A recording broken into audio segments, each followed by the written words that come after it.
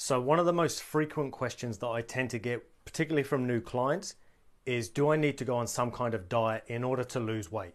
Or if the goal is obviously building muscle or getting healthy, getting out of pain, same type of questions like do I need to go on some kind of diet in order to get these results? So most people know they have to exercise and so on, but most questions tend to come based around nutrition. It's a case of, well, what sort of things should I be eating in order to get the best results possible? And of course, the question of, well, do I actually need to diet is quite an important one. Now, the first thing that we have to kind of ask is, well, are diets actually effective? And then when you look throughout the industry, even though there are hundreds and hundreds of them, if not thousands of different variations of diet that we could go on, most of them tend to be effective, at least in the short term.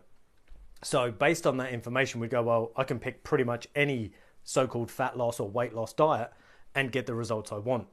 The catch-22 is that, well, we have to ask, well, why are there so many?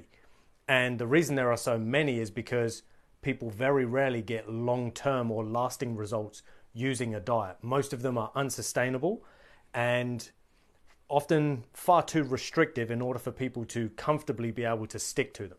So we know that they're effective in the short term, but we know that they're pretty much useless, generally speaking, in the long run.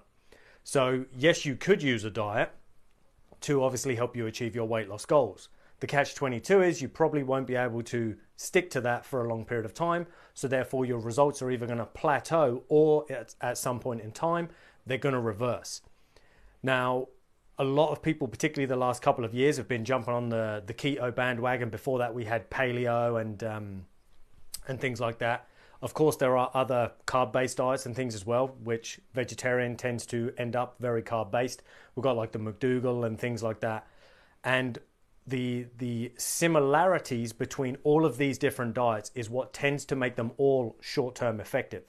Now, when you look at them and break them down, is they all, when you get to a kind of base level or a root level, recommend whole foods. So they all say whole foods, eat healthy whole foods where possible, not processed refined crap.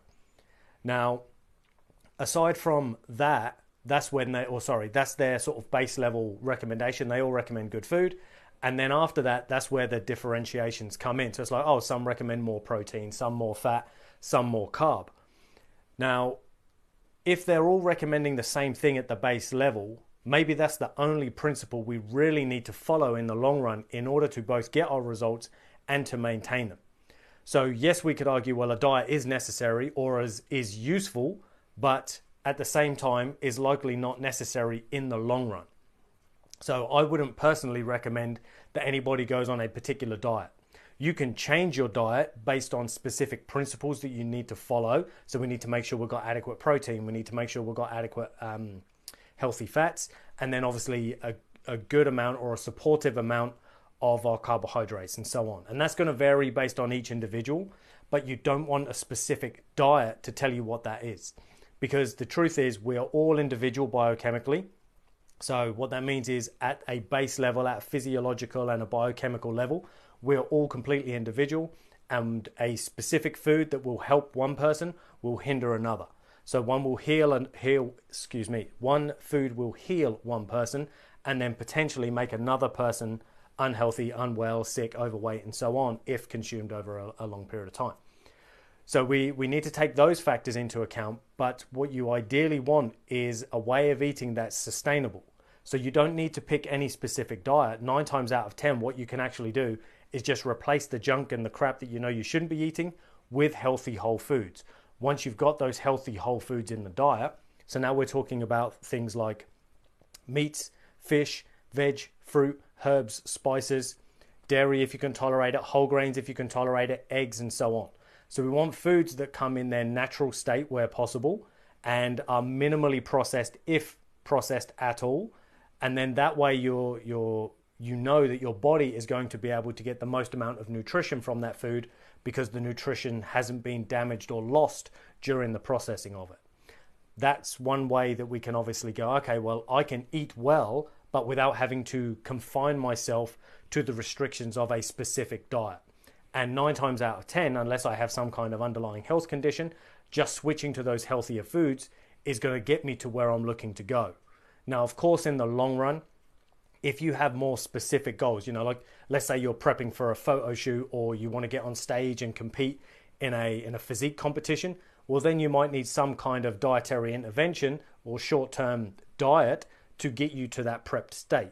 But generally speaking, if you just want health, you want to be lean, fit, strong, and healthy, then all you need to do is eat well.